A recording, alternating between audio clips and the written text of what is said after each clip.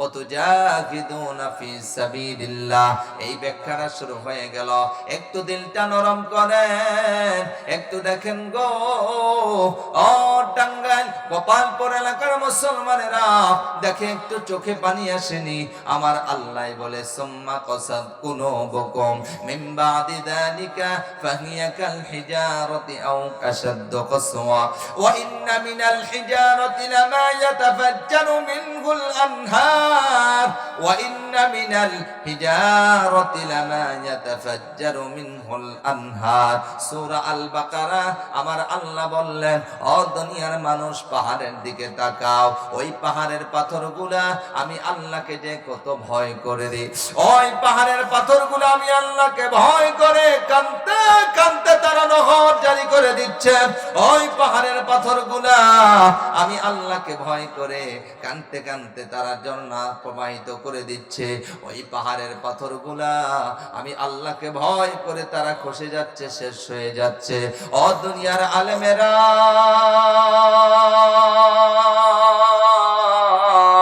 তোমরা শুনিয়ে দাও, তোমরা শুনিয়ে দাও। আজকে কোরআনের কথাগুলো শুনে, আজকে হাদিসের কথা শুনে যাদের কলব নরম হবে না, তাদের কলবকে নরম করার জন্য দুনিয়ার আগুনের চাইতে কোটি কোটি গুণ তেজের আগুন দিয়া ওই জাহান্নামের আগুন বানায় রাখলাম। ওই জাহান্নামী নিয়ে তাদের কলবকে নরম না করে আমি আল্লাহ বেহেশতে জায়গা দিব না। এই জন্য বন্ধুগণ আমার, ও যুবক, দেখো তোমার কলবটা নরম হয়নি। ও বুড়া বাবাজি, দেখেন কলবটা নরম হয়নি। মা গো, দেখেন কলবটা নরম হয়নি। ওয়াতুজাহিদুনা ফি সাবিলিল্লাহ, ওয়াতুজাহিদুনা ফি সাবিলিল্লাহ। এইটার ব্যাখ্যা করতে যাইয়া নবীজি আমার বলেন, আমার ঘরেও 3 দিনের খাবার নাই। আহারে, যেই নবীরে না বানাইলে আল্লাহ আসমান বানাইতো না, যেই নবীরে না বানাইলে আল্লাহ জমিনও বানাইতো না, যেই নবীরে না বানাইলে আমি আপনিও হতাম না। ওই নবীর ঘরে 3 দিন যাবত খাবার নাই। আহারে, নবীর ঘরে খাবার নাই মানে হলো হযরত আলীর ঘরে খাবার নাই। জান্নাতের জওয়ান হবে যেই 2 জন, হাসান আর হুসাইন, আহারে তাদের ঘরেও খাবার নাই।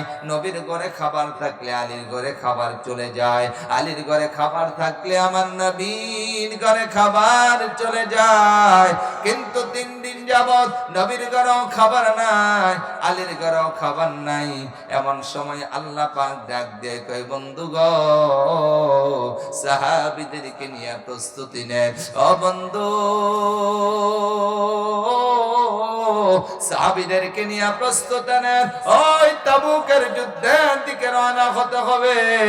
আমার নবীজি সাহাবীদেরকে নিয়ে প্রস্তুতি নিলেন, তাবুকের যুদ্ধের দিকে রওনা হয়ে যাবে।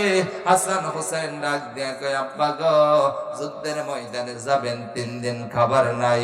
আবার ডাক দিয়ে কয়, নানা গো, আমাগো মা 3 দিন যাবত রান্না করে না।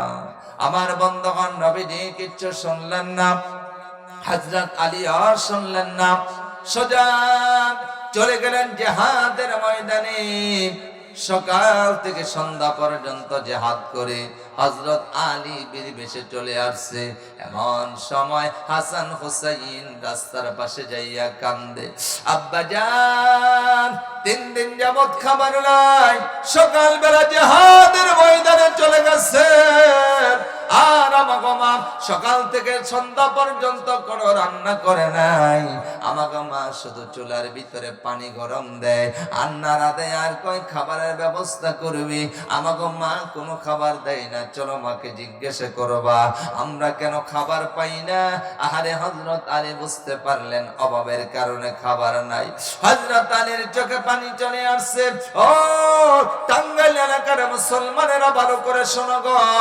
হযরত আলীর চোখে যখন পানি চলে আসছে, এই দৃশ্যটা জানালা দিয়া দেখছে নবীর কলিজার টুকরা ফাতেমা। এবার ডাক দিয়ে কয়, স্বামী গো, বুঝতে পেরেছি সন্তানের জন্য কোনো কিছু জোগাড় করতে পারেন নাই, এই জন্য আপনি কান্না করতেছেন। আপনার কান্না আমি সহ্য করতে পারি না। এইবারে হযরত আলীকে ডেকে নিয়ে গেলেন আর ঘরের ভিতরে নিয়ে ওই যে বিবাহের সময় নবীজি আমার এইভাবে নবীর কলিজার টুকরা ফাতেমাকে একটা উপহার দিয়েছিলেন, একটা উপহার দিয়েছিলেন অথবা একটা চাদর উপহার দিয়েছিলেন। এই চাদরটা হাতের ভিতরে দিয়ে কই স্বামী গো, এই চাদরটা আমি ব্যবহার করি নাই, স্মৃতি হিসাবে রেখে দিয়েছি। আপনার স্বামী এই চাদরটা নিয়ে যান মদিনার আকিক নামক বাজারে যাইয়া এই চাদরটা বিক্রি করেন আর আমার সন্তানের জন্য খাবারের ব্যবস্থা করেন। চিৎকার মেরে বলেন না আল্লাহু আকবার। চাদর দিলেন, চাদর নিয়ে হযরত আলী রাদিয়াল্লাহু আনহু সোজা চলে গেলেন মদিনার আকিক নামক বাজারে। আকিক নামক বাজারে যাইয়া এই চাদরটা বিক্রি করলেন 6 দিরহাম। বলেন তো জোরে, কয় দিরহাম? সবাই মনে রাখবেন, পয়েন্টটা বলেন, কয় দিরহাম? 6 দিরহাম বিক্রি করলেন। বিক্রি করে যখন নাকি আমার বন্ধুগণ আলী রাদিয়াল্লাহু আনহু চলে আসবে, দেখেন আল্লাহর পরীক্ষা। ওয়ালা নাবলুওয়ান্নাকুম বিশাইইম মিনাল খাউফি ওয়াল জু'।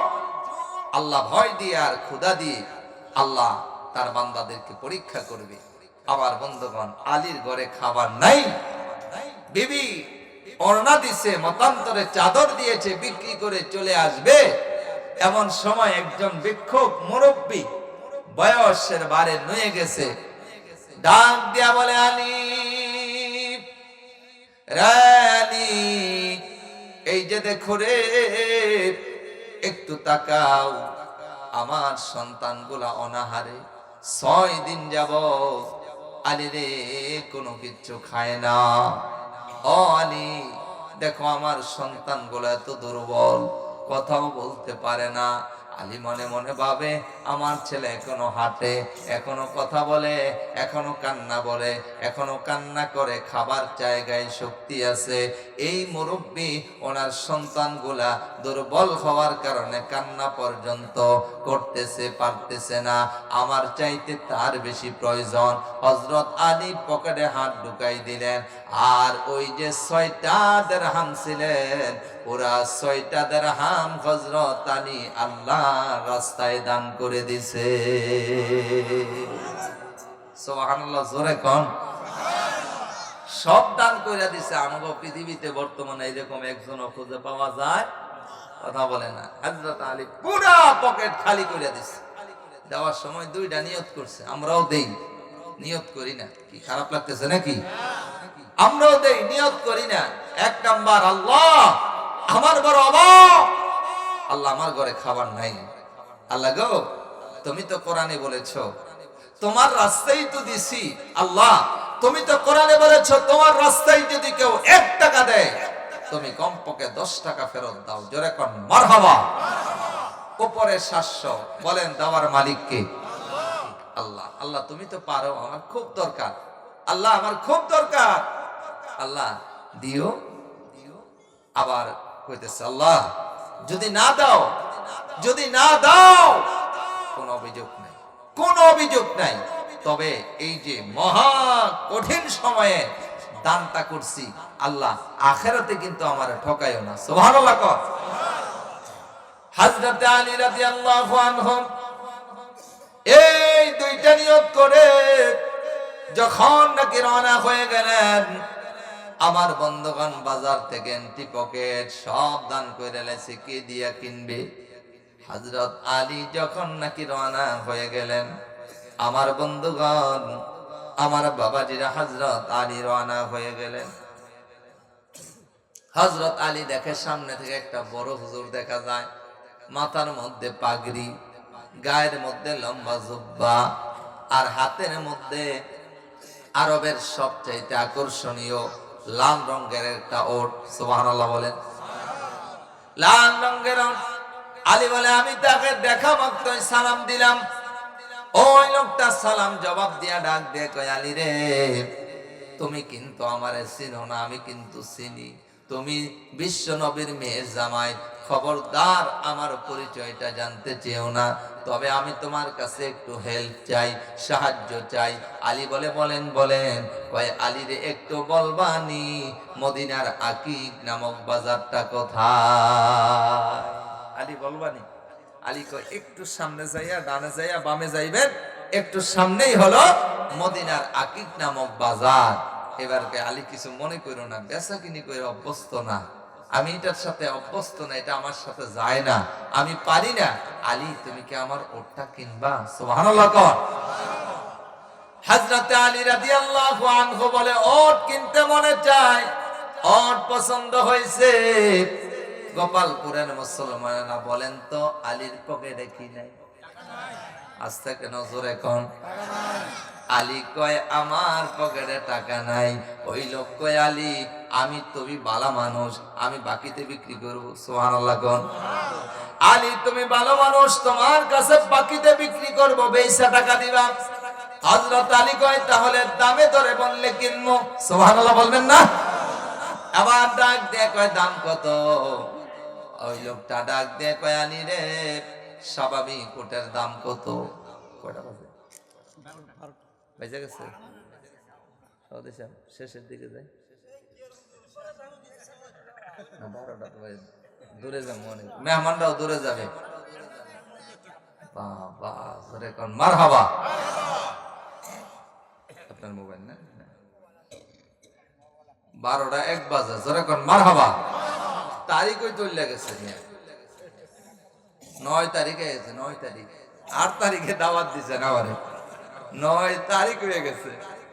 আলহামদুলিল্লাহ, জোরে কোন মারহাবা। আপনাদের এই বর্ষাটা আমার খুব ভালো লাগছে। আমি ঘটনাটা শেষ করবো ইনশাআল্লাহ, আল্লাহ কবুল করুক। জোরে কোন আমিন। মাঝখানে রাখতে চাই না, আপনাদেরকে কষ্ট দিতে চাই না, আমার একটু কষ্ট হলেও কষ্ট দিতে চাই না। আমার বন্ধুগণ, আমার বাবাজিরা কয় আলী যদি বাকিতে, আলী যদি বাকিতে বিক্রি করো, এইভাবে ওই ভাইকে বলতেছে যদি বাকিতে দেন তাহলে দামে দরে বললে আমি কিনবো ইনশাআল্লাহ। জোরে কোন মারহাবা। আবার ডাক দিয়ে কয় আলী স্বাভাবিক ওটের দাম কত? হযরত আলী রাদিয়াল্লাহু আনহু ডাক দিয়া বলে স্বাভাবিক ওটের দাম হলো 70 থেকে 80 দিরহাম। কয় আলী আমারটা দেখতে কেমন? কয় অনেক ভালো। কয় দাম কি তার চাইতে বেশি না কম হবে? আলী কয় অবশ্যই বেশি হবে। এবার ওই লোক ডাক দিয়ে কয় আলী রে আমার ওটের দাম হলো 100 দিরহাম, মন চাইলে নাও, না হইলে সালাম দিয়া যাও। হযরত আলী মনে মনে কয় ওটা এত সুন্দর, 100 দিরহাম দিয়া কিনলেও আমার লাভ হবে। আলী কয় ওয়াদা দিলাম, তবে শর্ত হলো বেইসা টাকা দেব। ঠিক আছে। হযরত আলী রাদিয়াল্লাহু আনহু এই ওট নিয়ে সোজা চলে গেলেন আকিক নামক বাজারে। হযরত আলী কয় বাজারে নেওয়ার পরে সব কাস্টমার আমার, কিন্তু কেউ দাম কয় না। সুবহানাল্লাহ বলবেন না? এটা কেমন? এটা হলো আপনাদের টাঙ্গাইল গোপালপুরে বকরিদের সময় বড় গরুর বাজার আছে না, গরুর বাজার, গরু বিক্রি করে। আপনারা 7 জন মিলছেন 70,000 টাকা, আপনারা অথবা 7 জনে 1 লক্ষ টাকা দিয়া গরু কিনবেন, কিন্তু 1 লক্ষ টাকা পকেটেও নিলেন, গেলেন বাজারে। গোপালপুর বাজারে যাওয়ার পরে, গোপালপুর এই শোনেন, গোপালপুর বাজারে যাওয়ার পরে এবার 1 লাখ টাকার গরু কিনবেন, ওই আইডিয়াই তো গরু দেখবেন, ঠিক কিনা? কিন্তু আপনার নাতি কয় দাদা অথবা আব্বা বাজারের পূর্ব পাশে একটা গরু উঠছে, ওই গরুটার দাম চাই 12 লাখ টাকা। আচ্ছা আপনার পকেটে আছে 1 লাখ, তারপরও গরুটা দেখার জন্য আপনি যান কি যান না? কথা কয় না, যান কি যান না?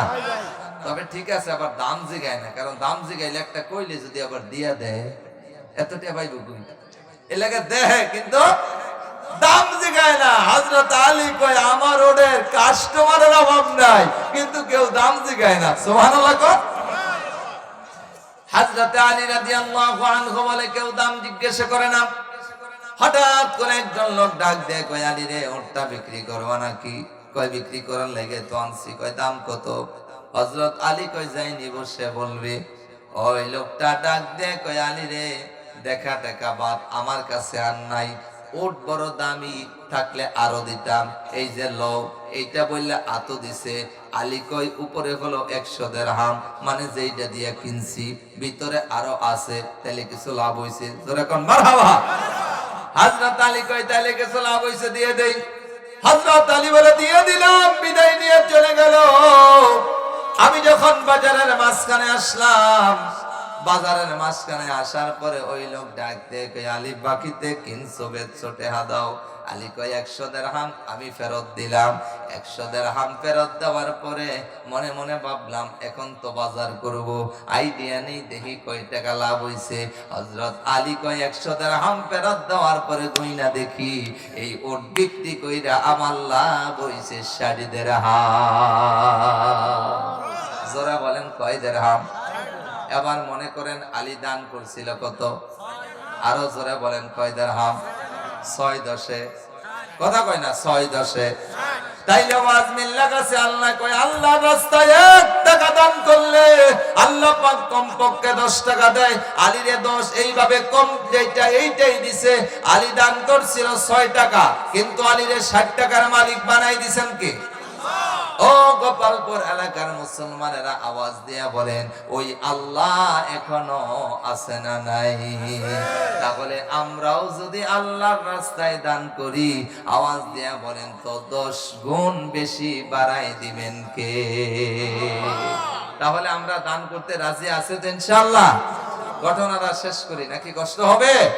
সম্মানিত ভাইরা, এবার হযরত আলী বলেন আমি বাজার করলাম, বাজার কইরা খুব বাজার করছি।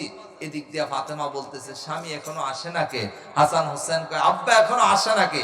তাকায় আছে। ফাতেমা কয় আমি দেখি আমার স্বামীর মতো আসতেছে, তবে আমার সন্দেহ হয়েছে এই কারণে যে ওড়না দিলাম 4 থেকে 6 দিরহাম বিক্রি হবে, কিন্তু এইটা দিয়ে তো এত বাজার হইতো না। 2 হাতে উড়াইয়া বাজার আনতে পারে না। না, এটা আমার স্বামী না, ওই দিকে তাকাবো না। ঠিক যখন কাছাকাছি আসছে, হাসান হোসেন কয় মা ওই যে আব্বা চলে আসছে। এবার কয় তাকাইলাম, তাকাই দেখি 2 হাত ভরা বাজার। আমার সন্দেহ হইছে এত টাকা পাইলে কই। আলী যখন কাছে আসছে, ঘরে যাইয়া ফাতেমা আস্তে করে দরজাটা বন্ধ করে দিছে। সুবহানাল্লাহ। এবার আলী ডাক দিয়া বলে ফাতেমা দরজা বন্ধ করলা কারণ কি? কয় আগে জানালায় আসেন আমার সঙ্গে কথা বলেন। এত টাকা পাইলেন কই? এত বাজার কই থেকে করছেন? আগে জবাব দেন, তারপরে দরজা খুলবো। যদি জবাব না দিতে পারেন আমি ফাতেমা দরজা খুলবো না। স্বামী এত সম্পদ পাইলো কই? এত বাজার কই থেকে আনছে?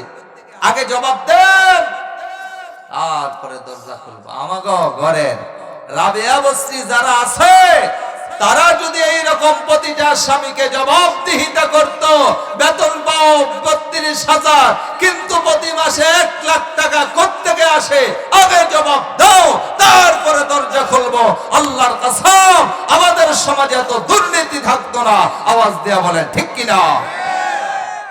আমাকে ঘরে কয় অমুকে 20,000 টাকা বেতন পাইয়া 3টা ফলর হেলাইছে, আর তুমি এর চেয়ে বড় চাকরি কইরা এখনো কিছু করতে পারছো না। স্বামীর আর উস্কাই দেয়, আরো স্বামীরে গুনার ভিতরে নামায় দেয়, স্বামীরে আরো নষ্ট করার পায়তারা করে। কথা বলেন ঠিক কিনা?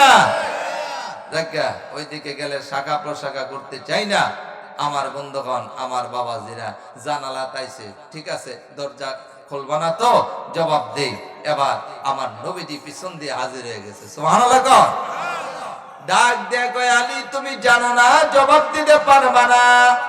আলী রে, যে ঘটনা ঘটছে আমার আল্লাহ পুরা ঘটনাটা জিবরাইলের মাধ্যমে আমারে জানাই দিছে। এই মা দরজা খোল। দরজা খুললো। নবীজি বললেন মাঝখানে, ডান পাশে আলী, বাম পাশে ফাতেমা। হাসান হোসেন নবীজির একটা কোলে আর একটা কাঁধে। সুবহানাল্লাহ। এবার নবীজি আমার ডাক দিয়ে বলে ফাতেমা রে, তাহলে শোনো, ঘটনা তোমার স্বামীও জানে না, আল্লাহ পাক আমারে জানাইছে। এবার নবীজি আমার ডাক দেয়া বলে ফাতেমা রে, তোমার স্বামীর অভাবের দিনে ওই যে আমার দেওয়া ওড়নাটা তোমার স্বামীর হাতে তুলে দিছিলা, এইটা আমার আল্লাহ এত বেশি খুশি হয়েছে, আমার আল্লাহ এত বেশি রাজি হয়েছে। তোমার স্বামী বাজারে যাইয়া এই ওড়নাটা 6 দিরহাম বিক্রি করছে। আলী কয় জি হুজুর 6 দিরহাম বিক্রি করলাম। নবীজি আমার কয় বাজার থেকে বাহির হওয়ার সময় অপরিচিত একজনকে সালাম দিছ? কয় জি হুজুর দিলাম। কয় তার কাছ থেকে বাকিতে ওট কিনছ? কয় জি হুজুর দিলাম। আপনি জানেন কেমনে? কয় আমি জানি নাই, আমাকে জানানো হয়েছে। নবীজি আমার ডাক দেয় কয় আলী রে, যার কাছ থেকে বাকিতে ওট কিনলা ওই লোকটার চিননি? কয় না হুজুর জীবনও দেখি নাই, তবে আমারে চিনে, আমি চিনি না। নবীজি আমার কয় চিনবা কই থেকে? এইটা দুনিয়ার কোনো মানুষ না, এইটা দুনিয়ার কোনো মানুষ না, এটা হলো আল্লাহ পাকের সম্মানিত ফেরেশতা, যার নাম হলো হযরতে জিবরাইল। জিবরাইল আমিন আইছিল। এবার কয় ঠিক আছে বুঝলাম, আলী যার কাছে বিক্রি করছো তারে চিননি? হযরত আলী কয় না হুজুর চিনি না। নবীজি আমার কয় চিনবা কোত্থেকা? এইটাও দুনিয়ার কোনো মানুষ না, এটা হলো রিজিক বন্টনকারী, এটার নাম হলো এইভাবে হযরতে ইসরাফিল, এটার নাম হলো হযরতে মিকাইল আলাইহিস সালাম। চিৎকার মেরে বলেন আল্লাহু আকবার। ও আলী যে ওটা কিল্লা আর বেস্তা দেখতে কেমন? হযরত আলী কয় হুজুর পৃথিবীর কত দেশ ঘুরলাম হুজুর, এত সুন্দর ওট আমি আর দেখি নাই। নবীজি আমার কই দেখবা কই থেকে? এইটা দুনিয়ার কোন ওট না, এইটা হলো জান্নাতি ওট, এইটা জান্নাতের ভিতরে লালন পালন করা হচ্ছে। এই ওটের উপরে বসেই আমার কলিজার টুকরা ফাতেমা জান্নাতের দিকে রওনা হবে। ফাতেমা কই সব বুঝলাম, সব বুঝলাম, আমার আগে কেমনে ওই মহিলা জান্নাতের গেটে যাবে? এবার আপনারা বলেন তো, ওর তো বোকার মতো একটা পানি ছেড়ে দিলে ডানে বামে যায়, কিন্তু যদি ওটের একটা সামনে দইরা এইভাবে লাগাম দইরা সামনের দিকে নেওয়া হয়, ওইটার পিছনে পিছনে সব যায়, ঠিক কিনা? নবীজি আমার কয় ফাতেমা তুমি যখন জান্নাতের গেটে এইভাবে জান্নাতের দিকে রওনা হবা, ওটের উপরে বসবা। ওটের উপরে বসার পরে ওই যে ওড়নাটা দিছিলা স্বামীর অভাবের দিনে, আল্লাহ পাক এত বেশি খুশি হয়েছে এই ওড়নাটাও হাজির করবে। আর এই ওড়নাটা জান্নাতি ওটের গলার ভিতরে লাগাই দিবে, বাইন্ধা দিবে। যিনি টাইনা টাইনা তোমারে আগে জান্নাতের গেট পর্যন্ত নিয়ে যাবে, তিনি আর কেহ নয়, তিনি হলো ওই কাঠুরিয়ার বিবি জামিলা। চিৎকার মেরে বলেন না আল্লাহু আকবার। তাহলে আমার মায়েরা, আমাদের বোনেরা, আমাদের এইভাবে স্ত্রীরা যারা আছে, আল্লাহর কসম তারাও পারবে ফাতেমা, খাদিজা, সুমাইয়া, আয়েশা তাদের সঙ্গে জান্নাতি হতে, কিন্তু শুধু নিজেকে একটু পরিবর্তন করতে হবে। আওয়াজ দেয়া বলেন ঠিক কিনা? আল্লাহ পাক আমাদের সব মা বোনদেরকে দিনের জন্য কবুল করুন, বলেন আমিন। ইসলামের জন্য কবুল করুন, বলেন আমিন। দোয়া হবে। আমি মুসাফির, এই মুহূর্তে আর একটা লোক উঠবেন না।